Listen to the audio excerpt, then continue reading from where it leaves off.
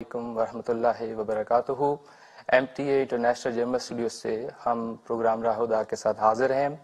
آج 4 جولائی ہے، G M T وقت کے مطابق شام 4 بجے ہیں، اور ہماری اس سیریز کا یہ دوسرا پروگرام ہے جو آپ کی خدمت میں پیش کیا جا رہا ہے۔ ہمیشہ کی طرح ہمارا یہ پروگرام بھی لائیو اور انٹر ایکٹیو ہے۔ ناظرین، اس لیے پروگرام کے دوران آپ ضرور ہمارے ساتھ رابطہ کریں، اپنا سوال پیش کریں۔ آپ چاہیں تو بذریعہ فون کال کے بھی ہمارے ساتھ رابطہ کر سکتے ہیں، اور اسی طرح بذریعہ واٹس ایپ کے بھی، خواہ آڈیو کی صورت میں ہو یا پھر میسج بھیج کر بھی آپ اپنا سوال یہاں ہم تک پہنچا سکتے ہیں۔ جو رابطے کی تفصیل ہے وہ پروگرام کے دوران ہمیشہ کی طرح آپ کو اسکرین پر دکھائی جاتی رہے گی۔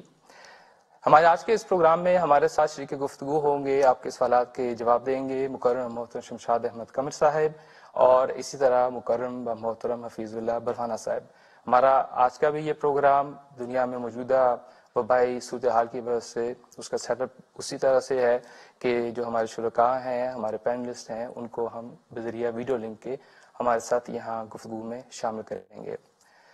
ناظرین، جیسا کہ آپ جانتے ہیں کہ پروگرام راہ ہدیٰ کا ایک بنیادی مقصد یہی ہے کہ جو ہمارے ویورز ہیں ان میں جماعت احمدیہ مسلمہ سے تعلق رکھنے والے احباب بھی ہیں، اور اسی طرح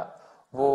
جو غیر جماعت ہمارے دوست اور احباب جو تحقیق کی غرض سے سچائی جاننے کے لیے جماعت احمدیہ مسلمہ کے متعلق، اسلام کے متعلق بھی ان کے ذہن میں جو بھی سوال ہو، بانی جماعت احمدیہ حضرت مسیح موعود علیہ الصلوۃ والسلام آپ کے دعوے کی حقیقت کے بارے میں، آپ کی تعلیمات یا آپ کے عقائد کے بارے میں ذہن میں کوئی بھی سوال ہو، تو ان کے لیے ایک ایسا پلیٹ فارم مہیا ہو جس پر وہ ہمارے ساتھ رابطہ کر کے اس سوال کے متعلق حقیقت جان سکیں۔ تو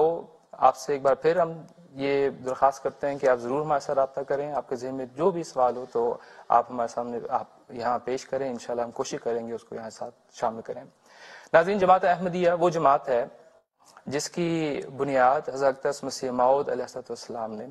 آسمانی پیشن گوئیوں اور اس الہی نوشتوں کے مطابق خدا تعالیٰ کے حکم سے 1889 میں رکھی تھی، اور جس طرح سے خدا تعالیٰ کے سچے مامورین اور ان کی جماعتوں کے ساتھ ہوتا آ رہا ہے، ابتدا سے ہی حضرت مسیح موعود علیہ السلام اور آپ کی جماعت کے خلاف ابلیس کے نمائندے ناکام سازشیں اور مخالفانہ کارروائیاں کرتے آئے۔ اللہ تعالیٰ نے ان کے ہر مکر کے جواب میں جماعت احمدیہ کو مزید ترقیات سے نوازا، ان کے منصوبوں کے بد انجام سے جماعت کو محفوظ رکھا، اور انہیں ان کے بغض اور ان کی حسد کی آڑ میں جلتا ہوا چھوڑا۔ جماعت احمدیہ کے خلاف ان تدابیر اور ان سازشوں کی ایک انتہا 1974 کو دیکھنے کو ملی،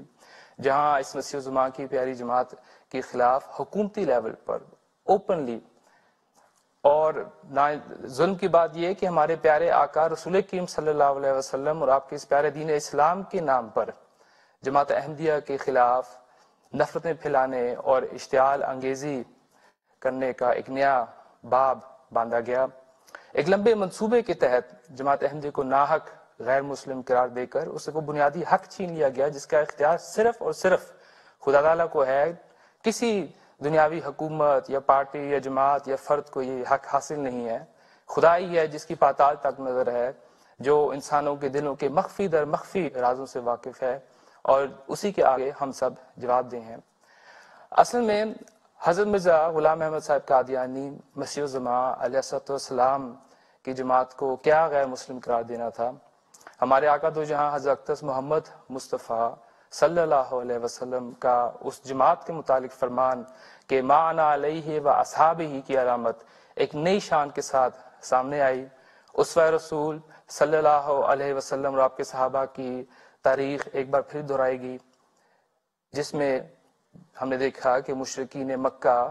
ہمارے پیارے صحابہ اور رسول کی صلی اللہ علیہ وسلم پر صرف اس وجہ سے ظلم ڈھاتے کہ وہ اپنے آپ کو مسلم قرار دیتے، خدا واحد و یگانہ کی عبادت بجا لاتے،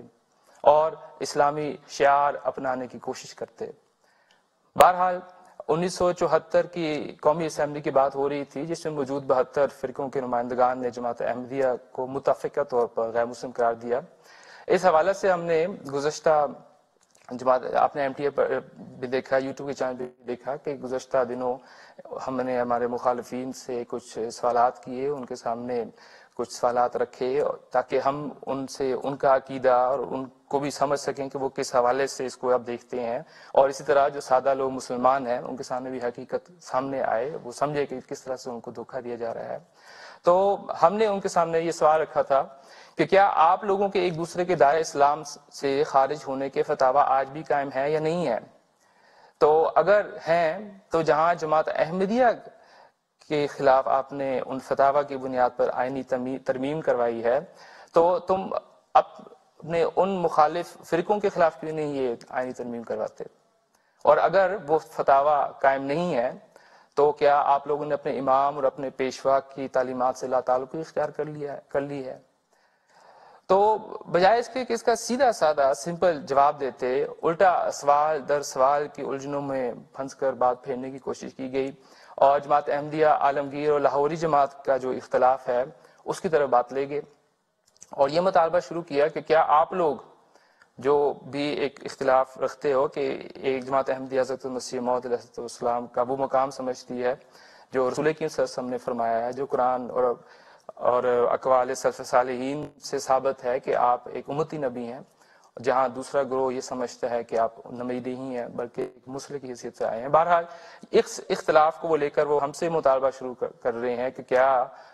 کیوں اور کس وجہ سے آپ لوگ بھی اپنے آپ ایک دوسرے کے خلاف آئینی ترمیم نہیں کراتے۔ تو اس حوالے سے خاک صاحب، محترم شمشاد صاحب، آپ سے میں درخواست کرے گا، آپ سے اس کے متعلق آپ کا تبصرہ بھی جاننا چاہے گا، اور ساتھ ہی یہ بھی درخواست ہے کہ محترم اسلان گل صاحب کی طرف سے ہمیں بالکل ایک ملتا جلتا سوال بھی موصول ہوا ہے، جس کو یقیناً آپ اس حوالے سے بہت اچھی طرح سے بیان کر سکیں گے۔ وہ پوچھتے ہیں کہ کیا کسی اسمبلی کو کسی مذہب کے اندر دخل اندازی کا اختیار ہے یا نہیں ہے؟ تو براہ کرم آپ اپنا تبصرہ اس حوالے سے ہمیں فرمائیں۔ اعوذ باللہ من الشیطان الرجیم، بسم اللہ الرحمن الرحیم۔ عرض یہ ہے کہ جہاں تک لاہوری احمدی اور ہمارے درمیان فرق کا تعلق ہے، اس بنا پر ترمیم لانے کا مطالبہ ہے ان کا کہ کیا آپ ایک دوسرے کو کیا سمجھتے ہیں اور اس کی بنا پہ کیا آپ ترمیم لائیں گے، اس کی وضاحت ماشاءاللہ آپ نے کافی کر دی ہے۔ لیکن اصل بات یہ ہے کہ جس بیک گراؤنڈ میں سوال کیا گیا تھا اس کو اگر دیکھا جائے تو ان کا یہ سوال ہی غلط بنتا ہے کہ سوال کچھ اور تھا اور جواب کچھ اور دیا گیا ہے۔ بات یہ ہے کہ ہم اللہ تعالیٰ کے فضل سے مسلمان ہیں اور اسلام پر، قرآن کریم پر، اللہ تعالیٰ کی ذات پر، اس کی کتاب پر اور اس کے نبی حضرت اقدس محمد مصطفیٰ صلی اللہ علیہ وسلم پر ایمان رکھتے ہیں۔ مذہب جو ہے وہ انسان اور خدا کے درمیان معاملہ ہے۔ ہر وہ شخص جو اللہ تعالیٰ پر ایمان رکھتا ہے وہ جانتا ہے کہ میں نے کل خدا تعالیٰ کے حضور پیش ہو کے اپنے اعمال کا جواب دہ ہونا ہے، اور جس نے جواب دہ ہونا ہے اس کو اس بات کا اختیار ہونا چاہیے عقلاً، اور ہے، اللہ تعالیٰ نے اس کو یہ اختیار دیا ہے کہ وہ خود سوچے، خود سمجھے کہ کون سا مذہب صحیح ہے، کون سا غلط ہے، اور مذہب کے اندر اگر فرقے ہیں تو کون سا فرقہ صحیح ہے، کون سا غلط ہے، اور اس کی بنا پر اپنا عقیدہ جو وہ صحیح سمجھتا ہے وہ رکھے۔ مذہبی آزادی ہے اس کے اندر، اسلام کے اندر، اور اس لیے کہ اس کا جواب کل وہ خود ہے۔ اگر وہ غلط عقیدہ رکھے گا تو اللہ تعالیٰ کے سامنے جواب دہ ہے، اور اگر وہ صحیح عقیدہ رکھے گا تو بھی اللہ تعالیٰ کے سامنے جواب دہ ہے۔ اب یہ تو نہیں نا کہ خدا کے سامنے جواب دہ میں ہوں اور میرے مذہب کو کوئی اور تجویز کرے۔ یہ تو ایسے ہی ہے جیسے امتحان میرا ہے لیکن کوئی زبردستی کہے کہ نہیں امتحان تمہارا ہے، تمہارا پرچہ میں نے حل کرنا ہے، جواب میں نے لکھنے ہیں تمہارے۔ اس طرح نہیں ہو سکتا۔ جس کا امتحان ہے، امتحانی پرچے میں جواب اس نے ہی اپنا لکھنا ہے۔ وہ جو صحیح سمجھتا ہے وہ جواب لکھے گا، اگر اس کا جواب صحیح ہے اس کو نمبر مل جائیں گے، نہیں صحیح تو وہ خود اس کا ذمہ دار ہوگا۔ تو اسی طرح دین کے اندر بھی زید ہو یا بکر ہو، اس کو اس بات کی آزادی ہے کہ وہ جس ایمان کو کسی درست سمجھے تو اس کو قبول کرے، اور اسی طرح اس کو یہ بھی آزادی ہے کہ وہ اگر کسی کے بارے میں سمجھتا ہے کہ نہیں اس شخص کا دین درست نہیں ہے، غلط ہے وہ اس کو کافر سمجھتا ہے